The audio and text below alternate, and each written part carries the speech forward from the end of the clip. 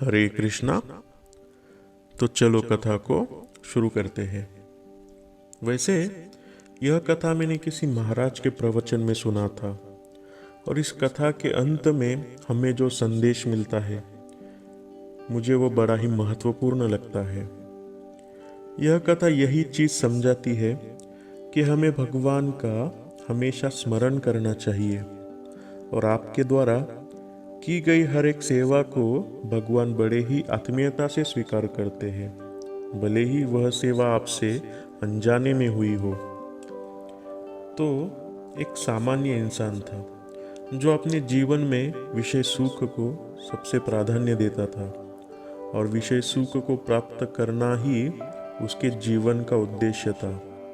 तो ऐसे ही किसी प्रवचन को सुनते हुए उसे इस चीज का ज्ञान हुआ कि अगर भगवान श्री कृष्ण की कोई भी भक्त सेवा करता है तो भगवान उसकी सारी इच्छाओं को पूरा करते हैं।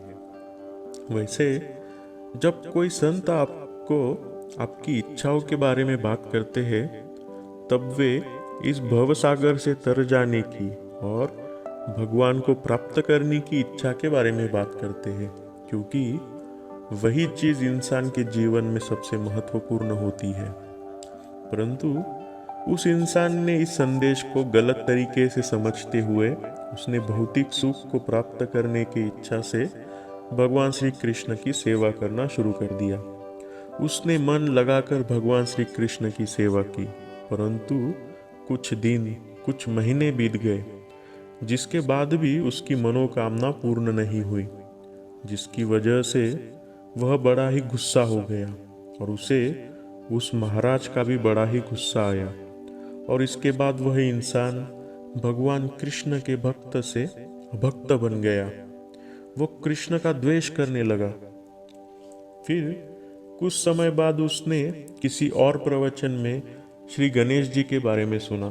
फिर उसने भगवान गणेश जी की सुख के प्राप्ति के लिए सेवा करना आरंभ किया। परंतु उसे गणेश जी की तो सेवा करनी थी, परंतु भगवान कृष्ण पर जो गुस्सा था उसे भी प्रकट करना था।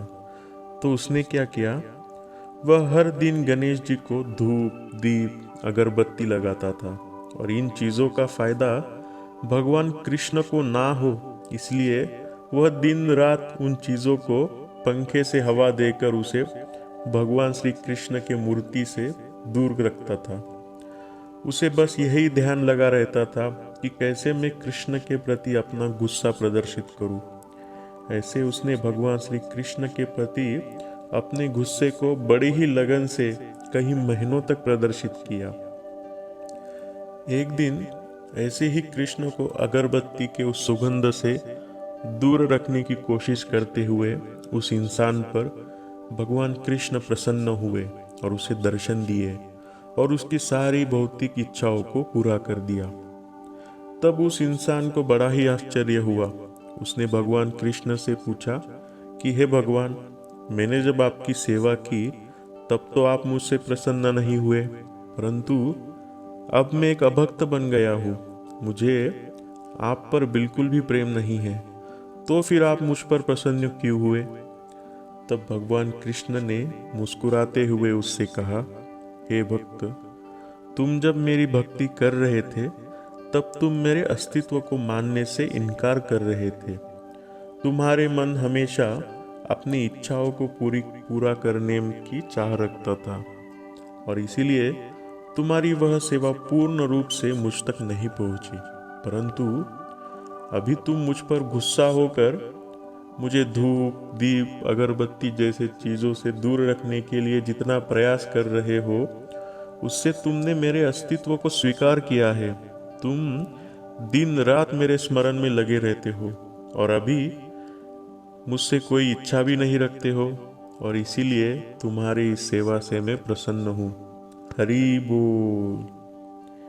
इस कथा से यही समझ में आता है कि भगवान अपने अभक्त द्वारा अनजाने में की गई ऐसी सेवा से भी प्रसन्न हो सकते हैं, तो उनके भक्त द्वारा समझकर की गई सेवा से तो जरूर ही प्रसन्न होंगे। गौर हरि। ऐसी ही एक कथा भगवान शिव के भक्त की भी है, जिसमें वह भक्त जो शिकारी था वो महाशिवरात्रि के पर्व पर अनजाने में भगवान शिव पर बेलपत्र डालता है, जिससे भगवान शिव उससे प्रसन्न होकर उसे आशीर्वाद देते हैं। इन कथाओं से मैं बस इतना ही समझाना चाहता हूँ कि अनजाने में की हुई भक्ति का भी महत्व होता है। हरि बोल। मैं आशा करता हूँ इन्हीं कथाओं की तरह आप भी भगवान का हर एक प्रकार से स्मरण करते हुए अपने आप को एक उन्नत हरिभक्त बनाएंगे। हरे कृष्ण कृष्ण कृष्ण हरे हरे, हरे राम राम राम हरे हरे, गौर प्रेमानंदे। हरि हरि बोल। श्री कृष्णार्पणमस्तु। शुभम भवतु। श्री अस्तु।